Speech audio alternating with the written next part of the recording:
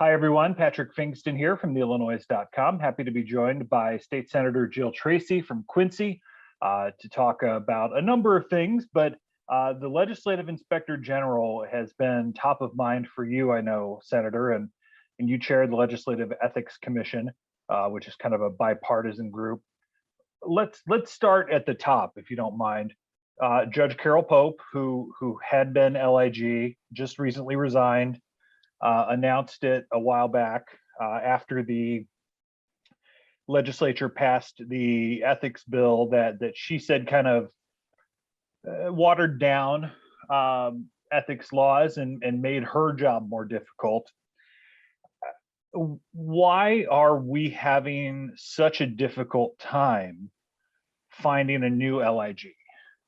I would mention first that I had served in the House on the LEC Commission with then Inspector General Tom Homer. He was the very first Inspector General. And he kind of quit in disgust with he had made recommendations on how to make his role more meaningful and give him tools that he felt would help him do his role as Inspector General. And he quit. And then I left the House and was not in the Senate at the time, but then Julie Porter came on as an acting. And if you remember, when Tom Homer left, there was a time lag, and it became like a very long time when we were without an Inspector General. And Julie Porter then came in when that was all made, the public was made aware and the legislature was made aware of that vacancy, and that there were complaints being made.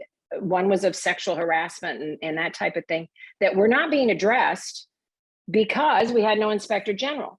So Julie Porter came in as an acting one. And then I was back on the LEC when I was in the Senate, and then we had Carol Pope.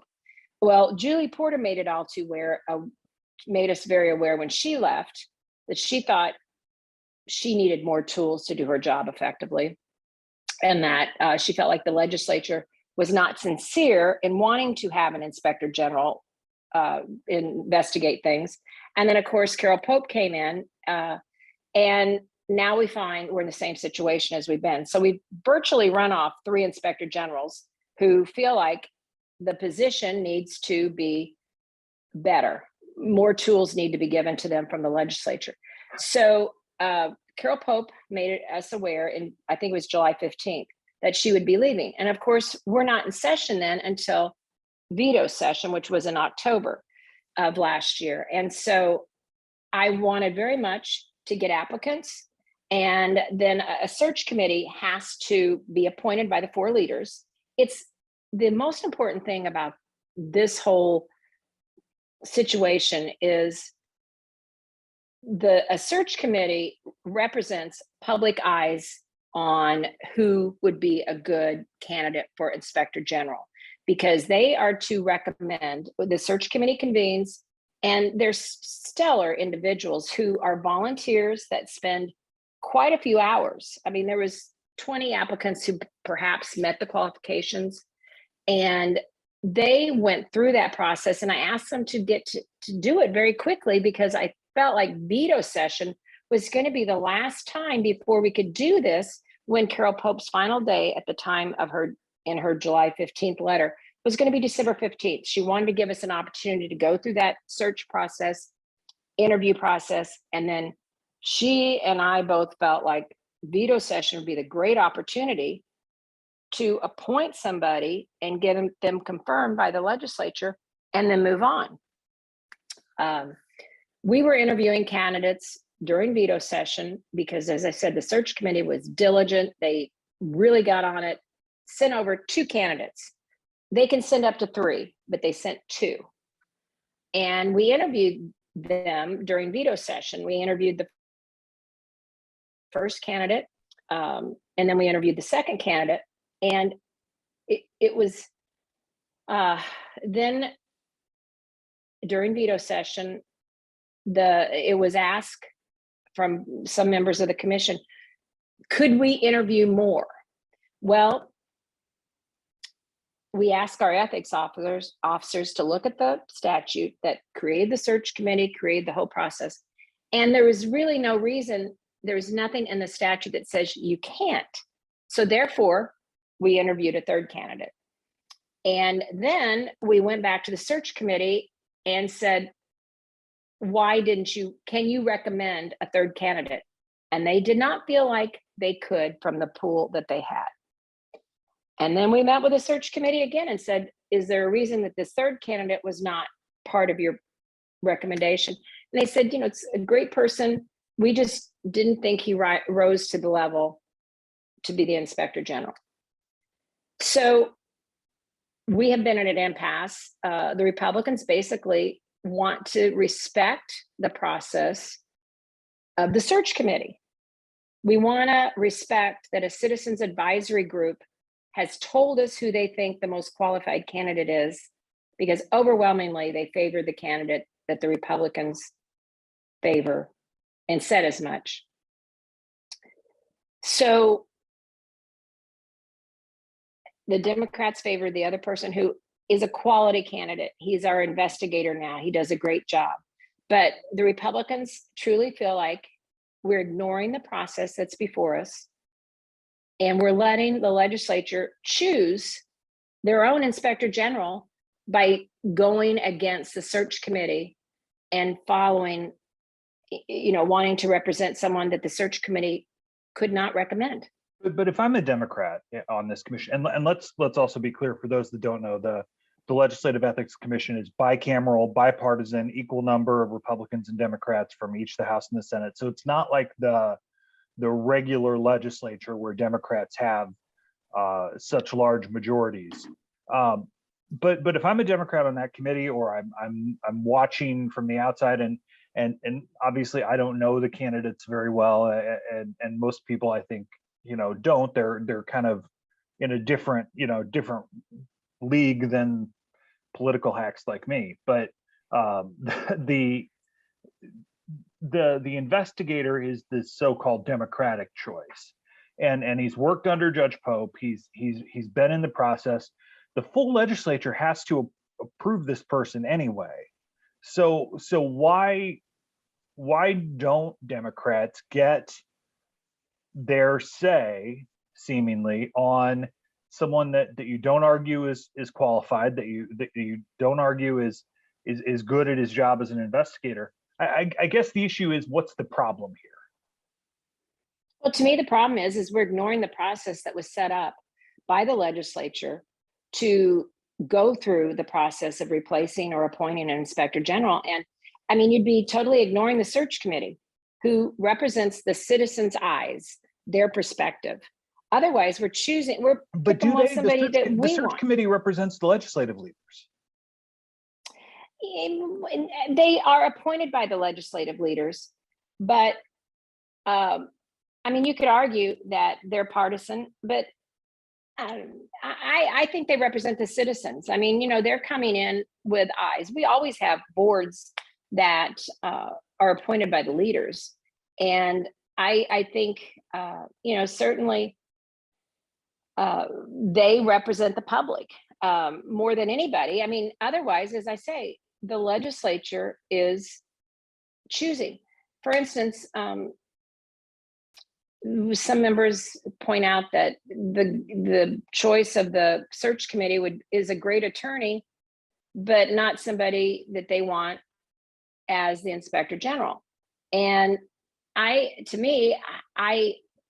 just think the process should be observed, and we're not doing that. If we go beyond first of all, who'd ever want to be on the search committee again if they're totally ignored and disrespected?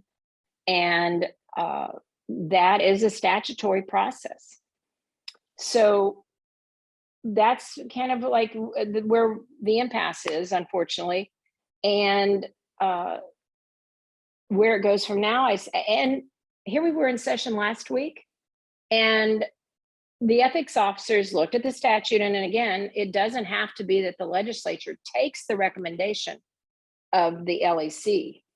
They can go ahead and put forth a name if they want in a bill and try to confirm them as inspector general. So here's where the priorities are so low as to the majority party picking an inspector general. That was totally ignored Wednesday. The leaders have not taken that. And as you know, the majority leaders are the ones that set the schedule, set the, the assignments and all this. There's not been a bill filed to do that. The fact that the legislature, whether it's Republicans or Democrats in charge, whoever it might be at the time, and political pendulum swing over decades and years, and it's always seemed to me like having the legislature approve their own inspector general is similar to the inmates choosing the warden. Do we need to take this completely out of the hands of the General Assembly and make it either a governor's appointee, an independent commission? Why? Because it just seems silly to anyone who isn't a partisan insider that we're fighting over who's going to watch over the kids in kindergarten. Why are you guys even involved in the process? And that's why I have filed Senate Bill 3030, I believe is the number, just recently. And it would completely make this an independent process. Again, the leaders would appoint the members, but they would be legislators. Right now, we have a retired senator, Senator Pat McGuire. He's a very valuable member of the LEC. He was on the LEC prior to retirement, but now, and I think that's a good step because you take a little breath. I mean, someone like Senator McGuire is sensitive to ruining a reputation of somebody by a bogus complaint and the need for confidentiality or redaction. But Senate Bill 3030 would put independent members making up the commission. It would allow better transparency, and they would the minutes would be public. You would redact sensitive information, but I think a reporter such as yourself or others feel a little bit baffled by this process of the LEC because we operate in such confidentiality, cloak of secrecy, and the public is not a transparent process. We've tried to improve that. We have made more of a effort to do a good website and publish reports of how many founded complaints there are and that kind of thing. But I think we need to go even further, make the process more transparent. And so that's what Senate Bill 3030 does, is try to make this a better watchdog and have the public be assured have better comfort that we are not policing ourselves. The fox is not guarding the hen house, as they say.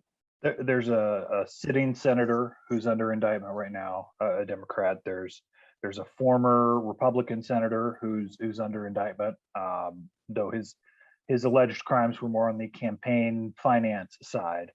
And then, the list of now former legislators under indictment or convicted, from Arroyo to Link to et cetera, and not even getting to the cloud surrounding former Speaker Madigan. I don't think it's an editorialized statement to say we have an ethics issue, to say we have corruption issues in state government.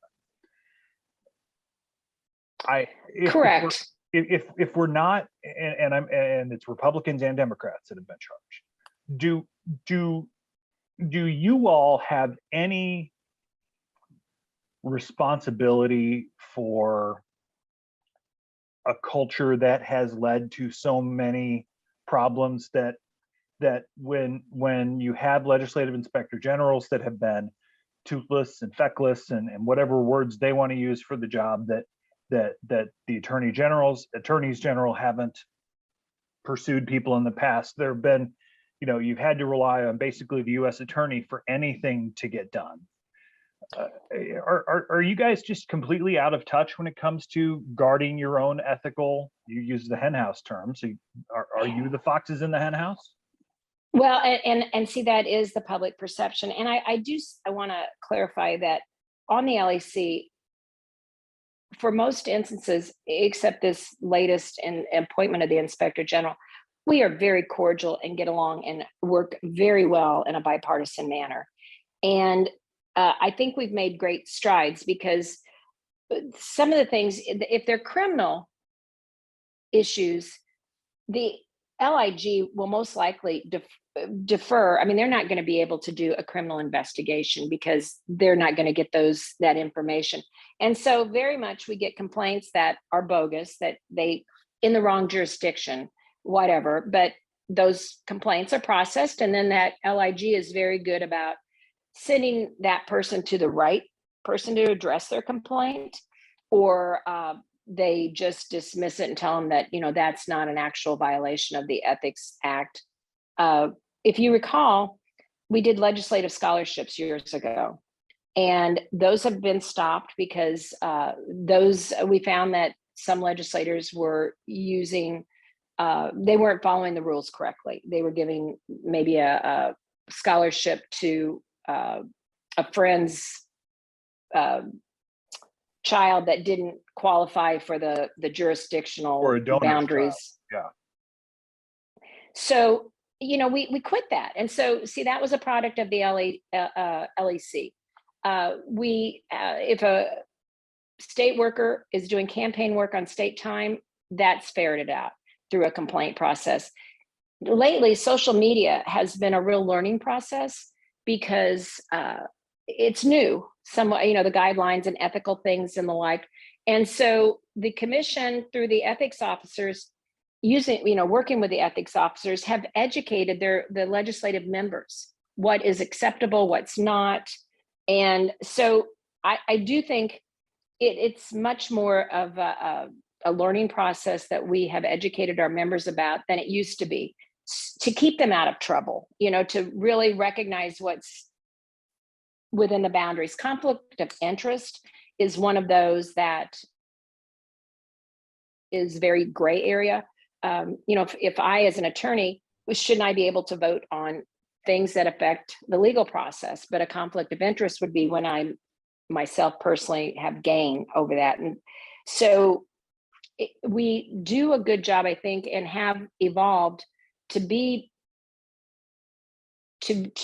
relevant and help our members avoid the pitfalls. So I think if we make this process more transparent, give the LIG subpoena powers, because they can't get documents or interview some people if they refuse to participate in that interview process. And I think that would help the LIG do the job. That's something that's been asked by all three LIGs. They want the subpoena power. I think that would be a step in the right direction. So what I'm saying is I think the LEC has been effective in many ways. But yes, we need more tools for the LIG, and and the public needs to be assured, because of all the corruption you've mentioned, of all the criminal acts you've mentioned, of all the things, like with the scholarship process, those were not ethical things. Those need to be exposed, and the Inspector General needs to be able to find those things. They may not be criminal, but they're certainly unethical. So I reached out to Representative Kelly Burke, who's on the Legislative Ethics Commission, chairs the House Ethics Committee. She wasn't available to join us for a conversation today, but she did send a statement, and I want to get you to respond to at least part of it here.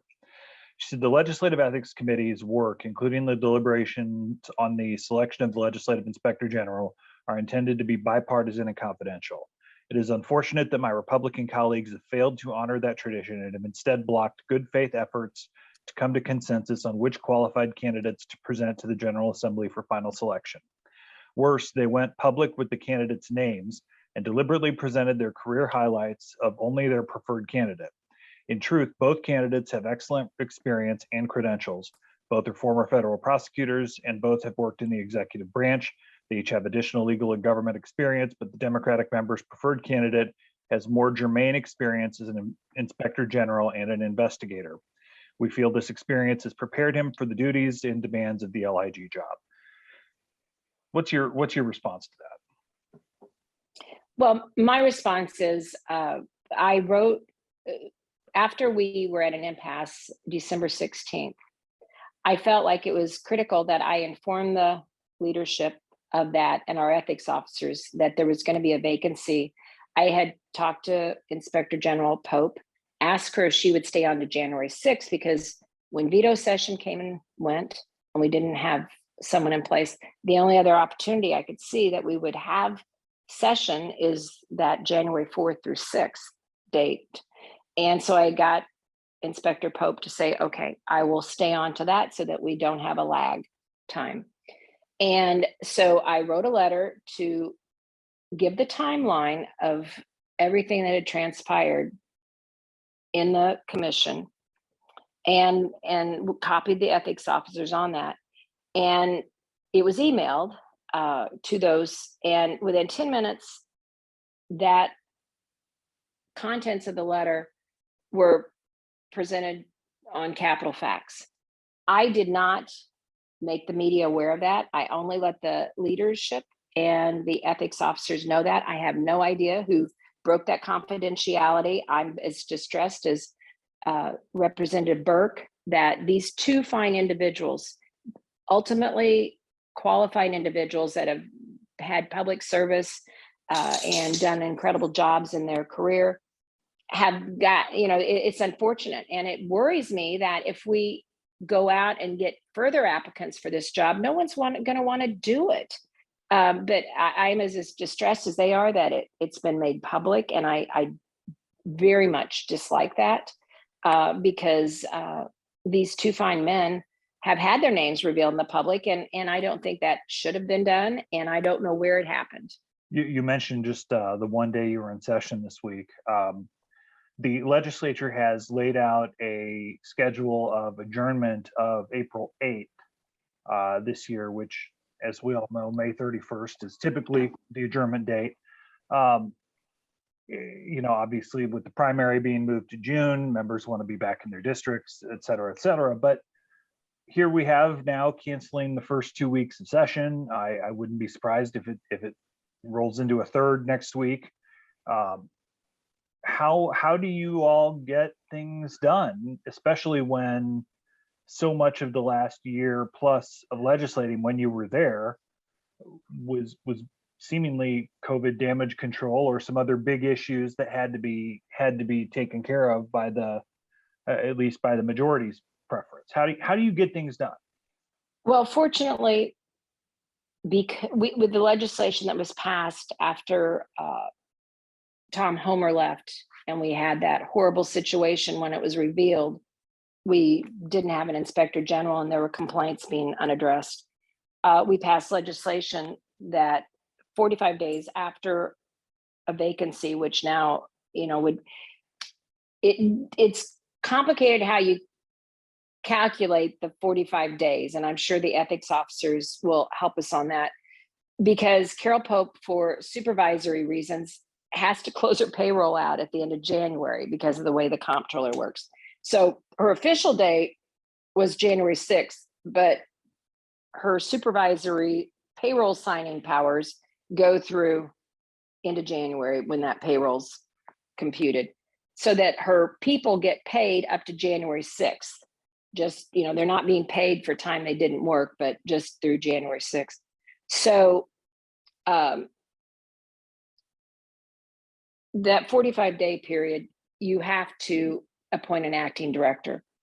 Again, I'm afraid we're going to have an impasse on that because of how it's been. And I regret that it has seemed politicized. I mean, it just, the Republicans dug their heels in that they wanted to go with the process of the search committee recommendation. And I regret that it's become an impasse, but it is. So I don't know if we'll be able to appoint an acting one. There again, as I say, a bill could be introduced and it be voted on in both chambers. Or if we go for 6 months, the Auditor General takes over and has authority with the LIG. So we did make a process in statute how we'll never have a true vacancy again. I mean, after 6 months, you could have that lag, but then the Auditor General will come in, and I don't know if they hire an LIG, but there's accommodation in the statute for that. Before we let you go, Senator, and I appreciate the time, you were a candidate for lieutenant governor in 2014 with then Senator Kirk Dillard. In your party's morass for governor this year, we've seen one candidate for LG announced. A second one we're recording this Monday morning. Gary Rabine's going to select Aaron Del Mar, the former Cook County Republican chairman. You've been there, as someone who ran for this under a ticket, selected by a nominee in a race that no one pays attention to, and that, at least in that part of it. And I'm not trying to be rude in saying that, but I think you understand that the spotlight is on the gubernatorial candidates. Is this idea of picking the LG candidate, the running mate, before the primary working? And as you have been in that slot, how would you advise any of your candidates for governor to what they should be looking for in an LG? Well, it's been both ways. And the reason we went back to, where you each ran independently. And I think we've seen that because your lieutenant governor will succeed a governor, as we had with the Rod Blagojevich, Pat Quinn situation, those two did not run as a team. And I think we saw some discord between the two when they were in office. I'm at this point in time, I think it's a good thing that they run as a team. And I felt like I was a helpmate with Senator Dillard. I knew downstate Illinois. Of course, Senator Dillard did too. He'd gone to school in Macomb, Western Illinois University, and he'd been in the Senate for quite a while, and then worked under Governor Thompson. And, but I think it is a good team because you do know who your successor will be. And as we know, COVID's taught us how life can be so short for some. And I think the public has a better perception of a team of who will be there because, as I said, the Blagojevich Pat Quinn thing taught us that, yes, it does happen. Look at New York right now. We have Senator Cuomo, former Governor Cuomo, and now his successor in office as governor. So I think it's good as a team. And it's interesting that this primary is going to be June. So we're going to have a longer period, but it's a big state. And I think a team can cover the state better and tell you more, the public more about what that administration represents and the policies they want to see focused on in a state. So I think it's helpful to both candidates to give the best presentation to the public of what they envision for the state of Illinois. Is there a Republican in the field today that can beat J.B. Pritzker? I do think so. I think, well, I'm a downstater, of course, but I know in my 11 counties, the governor is very unpopular with the mandates. I mean, our folks want to be able to control their own destinies and make health decisions on their own. And very much, that does not mean they're anti-vaccination or the like, but they just don't want to be told they have to do this because, a person could have comorbidity issues of their own and be advised by their physician not to take a vaccine. And so they watch what's unraveling in city of Chicago and Cook County, and they're like, no, this governor is, well, it just is executive orders have been very distressful for citizens of my 11 counties, and I hear it from other downstaters. They want 3 branches of government to function as they're supposed to.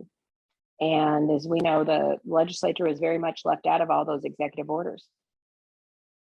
Senator Jil Tracy, Republican from Quincy, chair of the Legislative Ethics Commission. Senator, appreciate it. Great to catch up with you as always, and hopefully we'll see you around soon. Thank you, Patrick.